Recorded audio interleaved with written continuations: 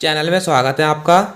आज हम इस वीडियो में पढ़ेंगे फैक्टर्स अफेक्टिंग वाइब्रेशंस। मीन्स वो कौन कौन से फैक्टर हैं, वो कौन कौन से कारक हैं जो हमारे वाइब्रेशन को अफेक्ट कर सकते हैं। आज हम इस वीडियो में इसी के बारे में जानेंगे। तो ज़्यादा देर न करते हुए वीडियो को स्टार्ट करते हैं।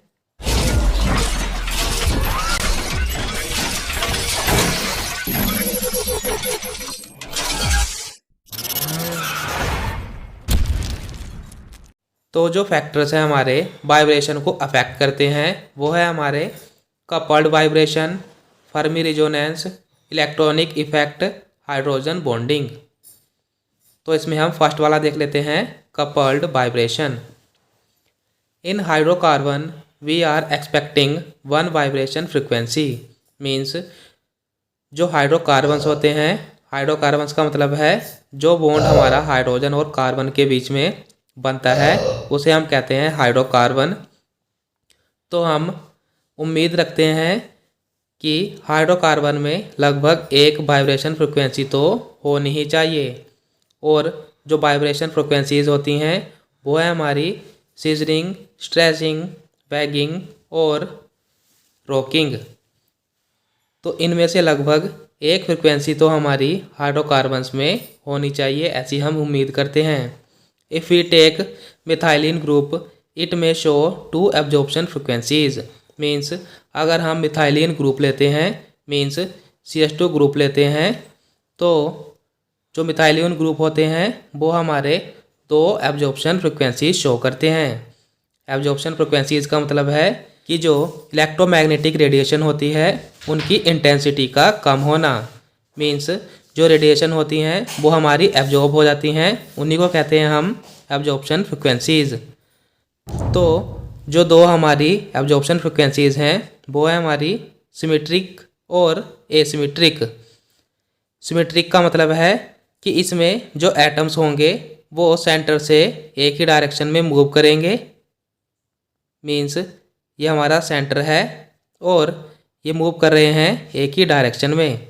और एसिमेट्रिक में क्या होता है कि जो एटम्स होते हैं वो हमारे सेंटर से एक दूसरे के अपोजिट मूवमेंट शो करते हैं। मीन्स एक एटम इस डायरेक्शन में जा रहा है और दूसरा इस डायरेक्शन में जा रहा है। मीन्स जो एटम्स हैं एक दूसरे से अपोजिट मूव हो रहे हैं, तो उसे हम कहते हैं एसिमेट्रिक।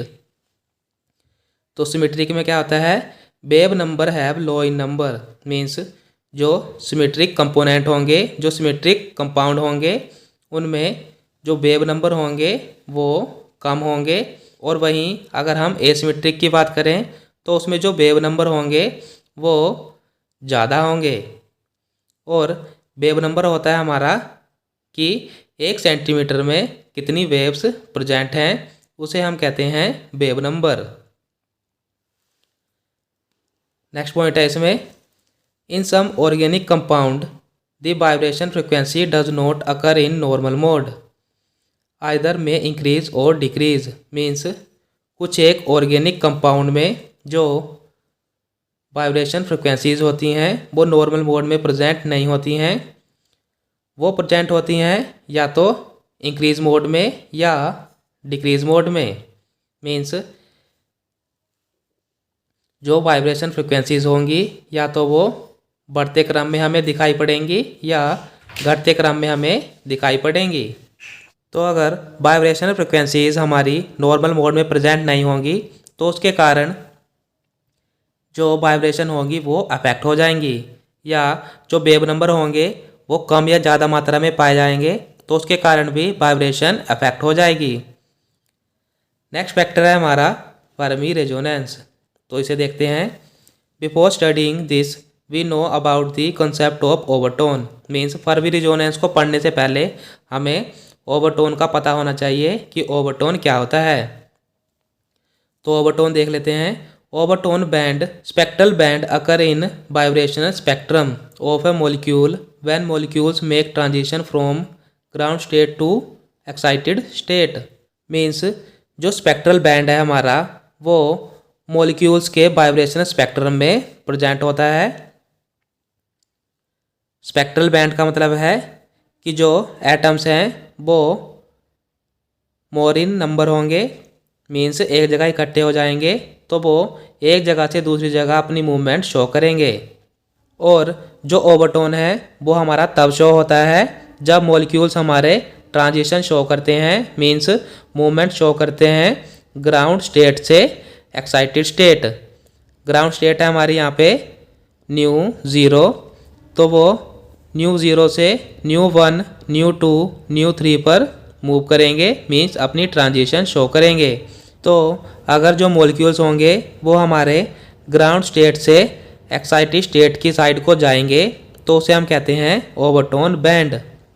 नेक्स्ट पॉइंट है in overtone band low intensity band occurs, means overtone band में लो इंटेंसिटी के बैंड बनते हैं, मीन्स वो बैंड जिनके अंदर तीव्रता कम होती हैं, ऐसे बैंड ओवरटोन में बनते हैं।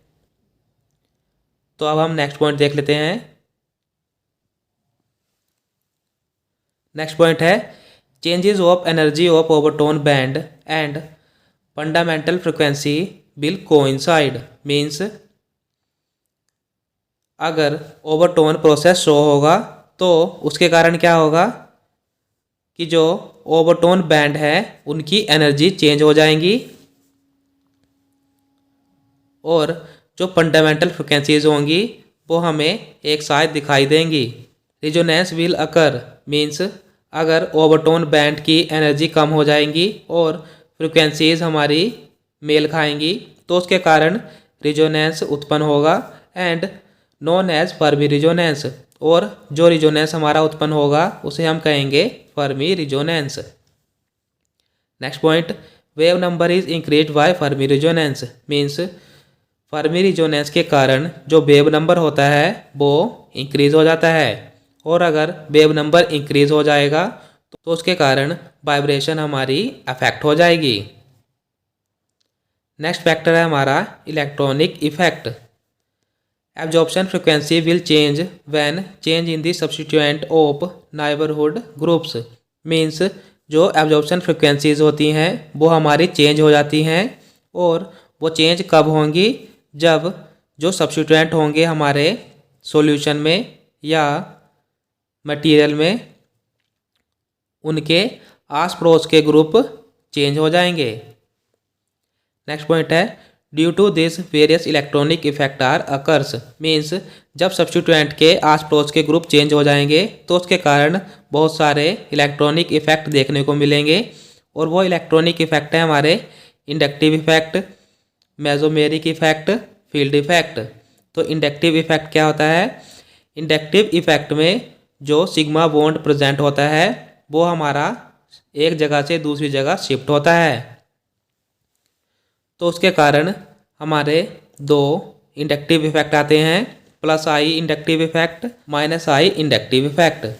तो प्लस आई इंडक्टिव इफेक्ट में क्या होता है कि जो इलेक्ट्रॉन होते हैं उनकी डेंसिटी इंक्रीज हो जाती है, फिर वो अपने आप को डोनेट करने लगते हैं। तो अगर इलेक्ट्रॉन की डेंसिटी इंक्रीज हो जाती है तो उसके कारण वेव नंबर डिक्रीज हो जाते हैं, मीन्स वेव नंबर घट जाते हैं। और नेगेटिव आई इंडक्टिव इफेक्ट में क्या होता है कि जो इलेक्ट्रॉन्स होते हैं वो नंबर में कम हो जाते हैं और इसी के कारण वो दूसरों से इलेक्ट्रॉन लेना शुरू कर देते हैं, और अगर इलेक्ट्रॉन की डेंसिटी कम हो जाती है तो उसके कारण वेव नंबर हमारे इंक्रीज हो जाते हैं, मीन्स वेव नंबर बढ़ जाते हैं। और वेव नंबर का घटना या बढ़ना हमारा वाइब्रेशन को अफेक्ट कर देता है। नेक्स्ट आता है इसमें mesomeric effect. Increase in bond length the bond strength will decreased, means अगर बॉन्ड की लेंथ बढ़ जाती है, मीन्स जैसे दो एटम्स के बीच में जो बॉन्ड है उनकी लेंथ बढ़ जाएगी तो उसके कारण बॉन्ड की स्ट्रेंथ हमारी डिक्रीज हो जाएगी, मीन्स कम हो जाएगी। बॉन्ड स्ट्रेंथ का मतलब है कि जो इसकी पावर है वो घट जाएगी। And force between substance decrease and also wave number will decrease, means जो इन दोनों के बीच में ये फोर्स लगी है ये भी हमारी डिक्रीज हो जाएगी, और अगर हमारी फोर्स डिक्रीज हो जाएगी तो इसके कारण वेव नंबर भी कम हो जाएंगे। और वेव नंबर कम हो जाएंगे, इसके कारण वाइब्रेशन अफेक्ट हो जाएगी। नेक्स्ट है field effect. Occurs in ortho substituent means जो फील्ड इफेक्ट है ये हमारा ऑर्थो पोजीशन पर ही दिखाई देता है। नेक्स्ट पॉइंट है इसमें two atoms are interact with each other means जो दो एटम्स एक साथ प्रेजेंट होते हैं वो एक दूसरे के साथ इंटरेक्ट करते हैं। दे में कोज इंक्रीज और डिक्रीज वेव नंबर मीन्स अगर दो एटम इंटरेक्ट करेंगे तो उनके कारण जो वेव नंबर होंगे या तो वो इंक्रीज हो जाएंगे या डिक्रीज हो जाएंगे। और अगर वेव नंबर इंक्रीज और डिक्रीज होते हैं इसके कारण वाइब्रेशन हमारी अफेक्ट हो जाती है। नेक्स्ट फैक्टर है हमारा हाइड्रोजन बॉन्डिंग। हाइड्रोजन बॉन्डिंग हमारी वाइब्रेशन को कैसे अफेक्ट करेगी वो देख लेते हैं। There are two types of hydrogen bonding means hydrogen bonding के दो टाइप होते हैं। फर्स्ट है इंटरमोलिकुलर हाइड्रोजन बॉन्डिंग, सेकंड है इंट्रामोलिकुलर हाइड्रोजन बॉन्डिंग। जो इंटरमोलिकुलर हाइड्रोजन बॉन्डिंग होती है वो होती है हमारी वो हाइड्रोजन बॉन्ड जो हमारे डिफरेंट एटम्स के बीच में प्रेजेंट होते हैं उसे हम कहते हैं इंटरमोलिकुलर हाइड्रोजन बॉन्डिंग।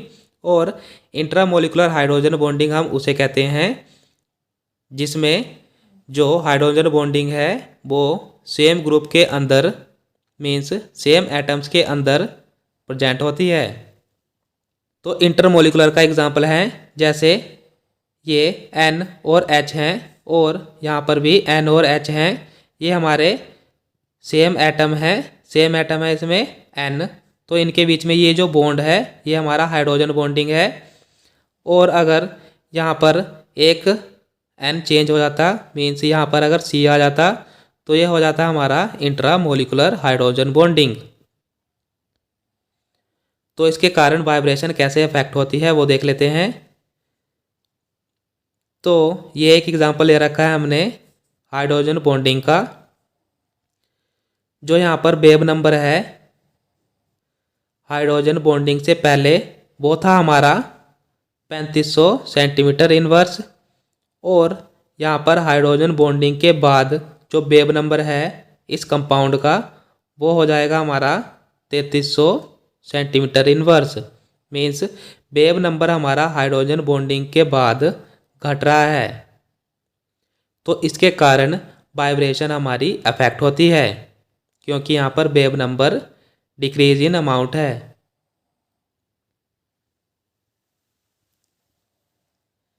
तो ये थे हमारे फैक्टर्स अफेक्टिंग वाइब्रेशंस। तो आज के लिए बस इतना ही। आशा करता हूँ कि आपको वीडियो अच्छी लगी होगी। अगर आपको वीडियो अच्छी लगी है तो लाइक और कमेंट करके ज़रूर बताना।